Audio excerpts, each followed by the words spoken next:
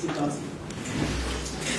Bonjour chers amis de la presse, je voudrais vous remercier pour vous être présentés aussi nombreux en cette journée.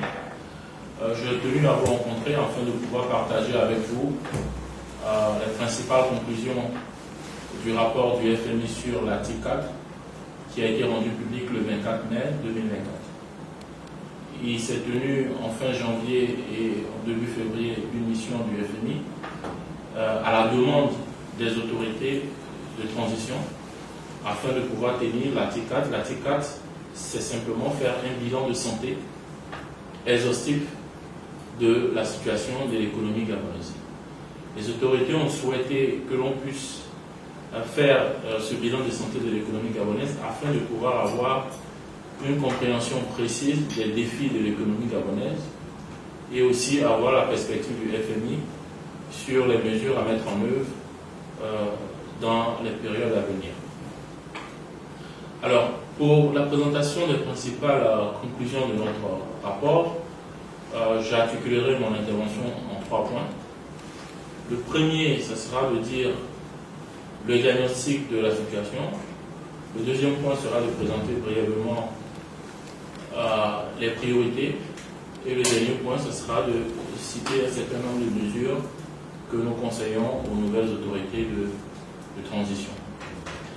L'idée du bilan de santé de l'économie, c'est vraiment de prendre une perspective très longue en regardant, c'est ce que nous faisons généralement dans nos rapports, sur les décennies passées, lorsqu'on fait un bilan, lorsqu'on fait la TICAD, c'est regarder les décennies passées, le progrès et les difficultés que le pays a rencontrées, ensuite déterminer les priorités et donner des conseils. Sur le diagnostic, nous pensons que sur les dernières décennies, le Gabon a connu très peu de progrès en matière économique et sociale. Et les nouvelles autorités ont hérité d'une situation sociale et économique extrêmement difficile. Et je vais vous donner quelques points pour illustrer mon propos. Le premier point, c'est qu'en 1990, si un Gabonais moyen gagnait 100 000 francs CFA en 1990, il gagne aujourd'hui, en 2023, disons, 80 000 francs CFA. Vous prenez un habitant moyen dans les autres pays d'Afrique subsaharienne qui gagnait en 1990 100 000 francs CFA, cet habitant-là, aujourd'hui, dans les autres pays d'Afrique subsaharienne, gagne 130 000 francs CFA. Et si vous prenez un habitant dans les pays qui sont du même niveau de revenus que le Gabon, parce que rappelons que le Gabon est un pays à revenus intermédiaires, si dans ces pays-là, un habitant moyen gagnait 100 000 francs CFA en 1990, cet habitant aujourd'hui gagne 285 000 francs CFA. Donc il y a eu au Gabon un recul du niveau de revenus de la population. Ce recul du niveau de revenus s'est accompagné d'un accroissement du chômage. Le chômage aujourd'hui au Gabon, ce ne sont pas nos chiffres, ce sont les chiffres que les autorités ont partagés avec nous, est environ à 36% et est encore plus important au sein des jeunes. Le chômage aujourd'hui est environ à 40% au sein de la jeunesse. Au chômage et au recul du revenu, c'est aussi accompagné la pauvreté. Un Gabonais sur 3, aujourd'hui au Gabon, est considéré comme pauvre. C'est cet héritage-là que les autorités de transition, depuis le 30 août, ont hérité de la gestion passée. Pourquoi le Gabon fait face à cette situation difficile? Notre analyse, et c'est dans notre rapport, c'est que les ressources de pétrole et les ressources minières n'ont pas été bien gérées pendant des décennies. Et donc, ça n'a pas permis de faire des progrès significatifs dans le bien-être des populations et sur les questions de développement. À la mauvaise gestion des ressources pétrolières et minières s'est ajouté le manque de transparence et un endettement très rapide au cours des décennies qui nous ont précédés. Alors, à partir de ce moment, quelle est la situation, ou je dirais, quelles sont les priorités auxquelles les autorités de transition doivent faire face. Ces priorités-là sont de 3 ordres. La première priorité, c'est la question de la transparence. La deuxième, c'est la question de la soutenabilité budgétaire, ou si vous voulez, du niveau d'endettement du pays. Et la troisième priorité, c'est la question de la diversification de l'économie. Sur la question de la transparence, nous voulons déjà encourager et féliciter les autorités de transition qui ont déjà mené un certain nombre de pas, donc, qui ont posé des premiers actes qui vont dans le sens de la transparence. Je vais en citer ici 2. Le premier acte majeur, c'est que les autorités de transition ont partagé avec nous des données budgétaires et des données de la dette qui n'avaient pas été rendues disponibles, qui n'avaient pas été partagées avec le FMI avant la période du 30 août. Ces données budgétaires et ces données de dette qui n'ont pas été soumises au FMI avant le 30 août ont permis au FMI d'avoir une situation plus exhaustive de la situation d'endettement du pays. Le deuxième élément de satisfaction, c'est que les autorités, dès leur entame, dès le 30 août, ont engagé le processus d'unification des comptes du Trésor, afin de l'intégrer dans ce qu'on appelle au Gabon le compte unique du Trésor. En matière de transparence, nous encourageons les autorités à continuer. Il y a un certain nombre de pas importants qui doivent être posés.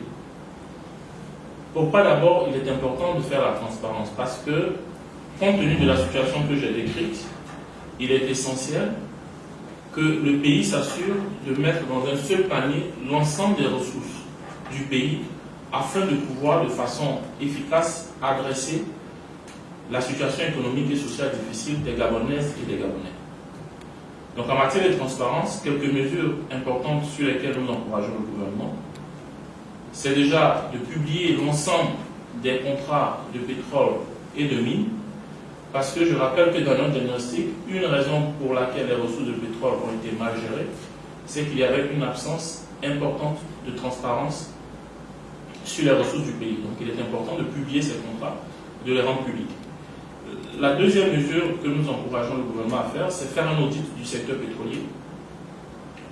La troisième mesure de transparence, c'est s'assurer de regarder la gestion de l'ensemble des entreprises publiques du pays. Alors, il y a une longue liste de mesures sur lesquelles je ne vais pas m'attarder. Ces mesures-là sont dans le rapport. L'autre élément sur lequel nous encourageons les autorités à interagir en matière de transparence, c'est que les autorités ont partagé avec nous les données budgétaires et de dette de 2022 et de 2023 que, auparavant, les autorités n'avaient pas partagé avec nous. Cela nous a permis d'avoir une situation claire de la situation des dettes, mais nous encourageons les autorités à continuer ce travail, y compris pour les périodes en 2021, parce qu'on a eu 2022-2023, c'est important qu'on continue d'avoir l'exhaustivité des données pour 2021 et antérieurement. Sur la situation d'endettement ou la situation budgétaire du pays, étant donné que les autorités volontairement ont mis à notre disposition l'ensemble des données concernant les exécutions budgétaires de 2022 et de 2023, cela nous a permis de pouvoir faire un état exhaustif de l'ensemble de la dette publique du pays. La dette publique, qu'est-ce que c'est? La dette publique, c'est l'ensemble des engagements financiers d'un État. Donc c'est donc la dette que l'État a vis-à-vis des banques, mais c'est aussi la dette que l'État a vis-à-vis des entreprises. C'est aussi la dette que l'État a vis-à-vis des retraités. C'est aussi la dette que l'État a vis-à-vis des fonctionnaires qui doivent percevoir le salaire et qui ne l'ont pas perçu. Donc c'est tout ça qui fait partie de ce qu'on appelle dans le jargon économique la dette publique de l'État. Sur la dette publique de l'État, en 2023, sur la base des données, les véritables données qui ont été partagées par les autorités, la dette publique de l'État se situe à 70,5% du PIB en 2023. Et donc ce sont des chiffres d'une gestion de 2022 et de 2023. D'ailleurs, cette dette s'est accélérée en 2022 et en 2023 avant le 30 août parce que, vous le savez, il y avait un contexte électoral. Donc il y a eu un certain nombre de dépenses, par exemple des dépenses extra-budgétaires, c'est-à-dire qu'il y a eu des dépenses qui ont été faites en dehors du budget en 2022, en 2021 et en 2023 dans le cadre des élections et qui n'ont pas été faites dans le cadre du budget. Lorsque les autorités de transition sont arrivées, elles nous ont présenté l'ensemble de ces dépenses-là qui n'avaient pas été présentées. Cette dette aujourd'hui est à 70,5% du PIB, qui est au-dessus du niveau communautaire de la CEMAC. La priorité sur cette situation, c'est de dire qu'il est essentiel de rapidement ramener la dette à des niveaux qui soient raisonnables. Il se trouve simplement que les dépenses électorales liées aux élections et donc électorales que nous avons connues avant le 30 août, aujourd'hui sont remplacées par une forte demande sociale des populations et des besoins de développement, de façon légitime, bien entendu. Il est donc essentiel pour nous, notre conseil, c'est qu'il faut que les nouvelles autorités trouvent l'équilibre entre satisfaire les besoins et la demande sociale et les besoins de développement des populations et s'assurer de ne pas surendetter le pays. Puisqu'ils ont déjà trouvé une situation de dette très élevée, comment est-ce qu'on fait pour éviter que le rythme de dette se ralentisse? Parce que si le rythme de dette ne se ralentit pas, on risque de se retrouver dans une situation de surendettement.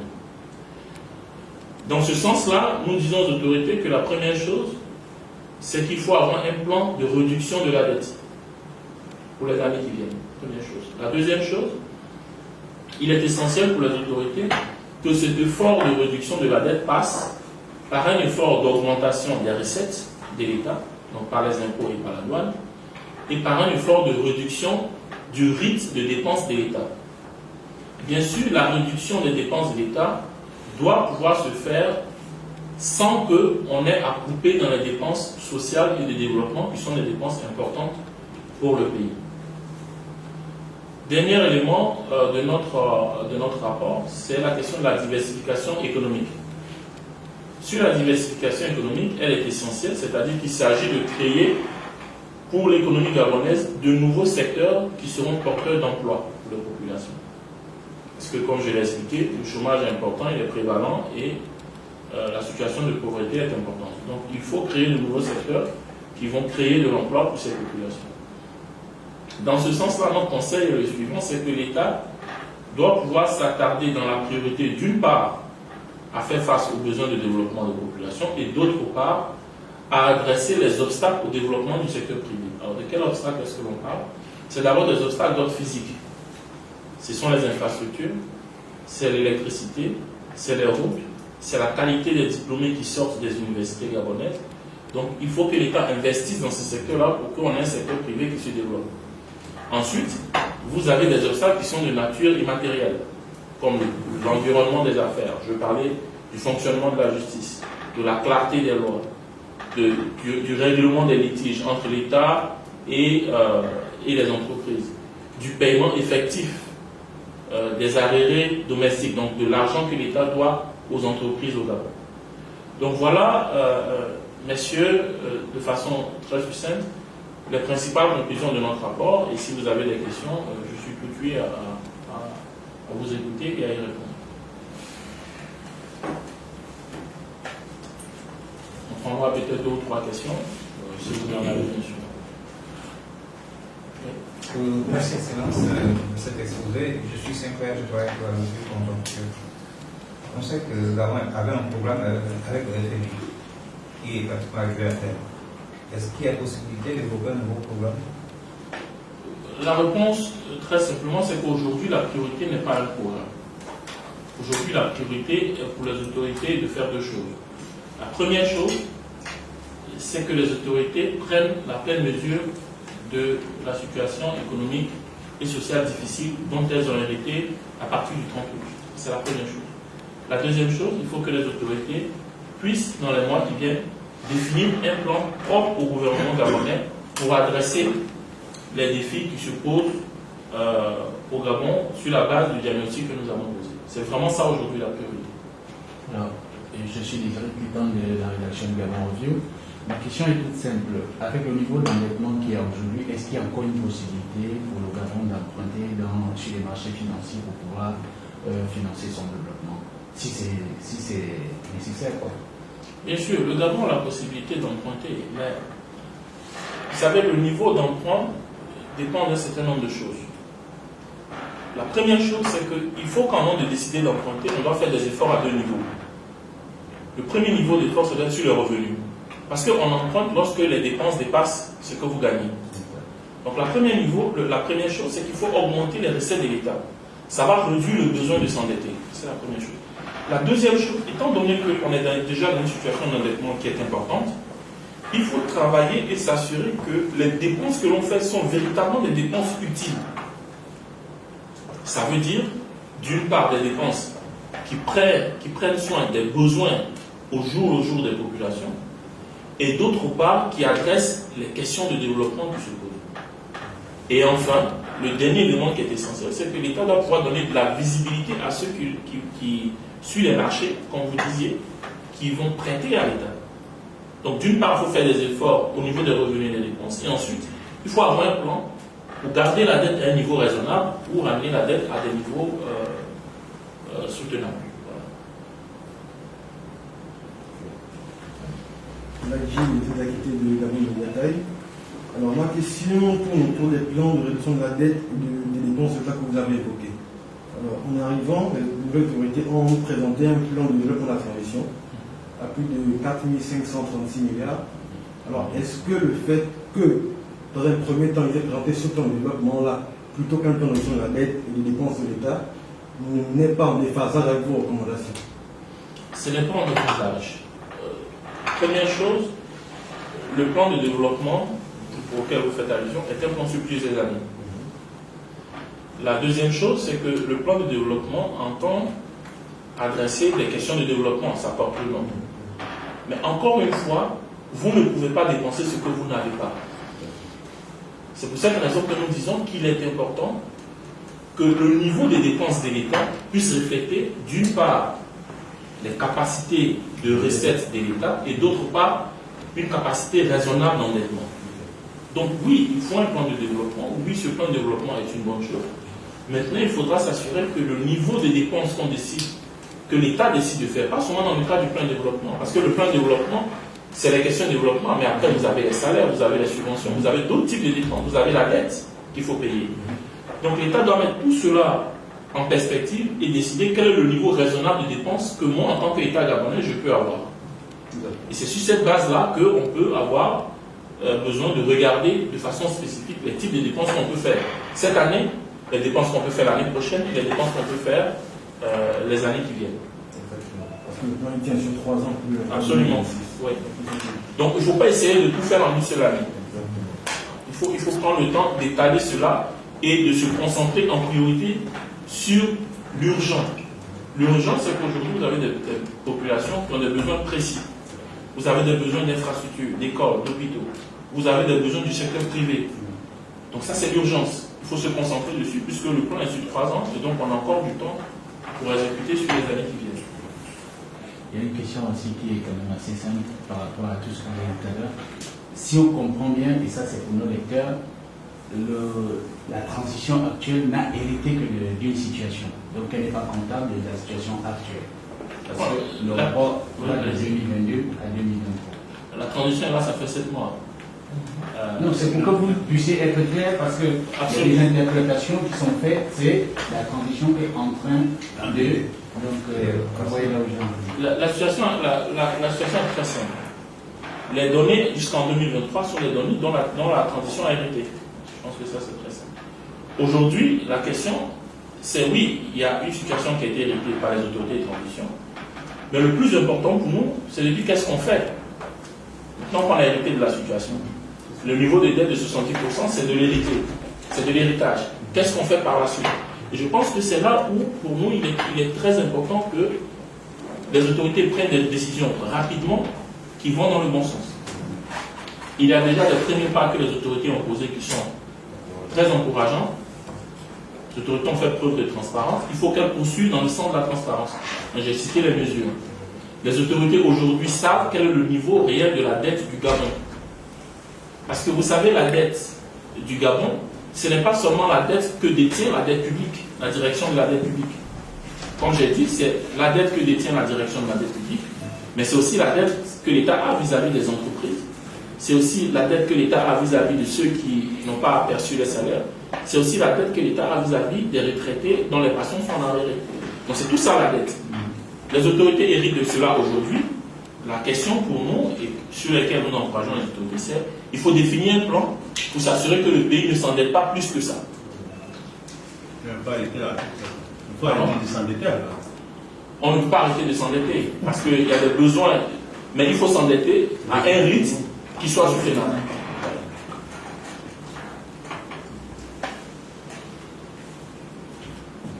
C'est bon? Très bien, mais merci d'être venu. Et puis n'hésitez pas, vous avez le groupe WhatsApp si vous avez des questions.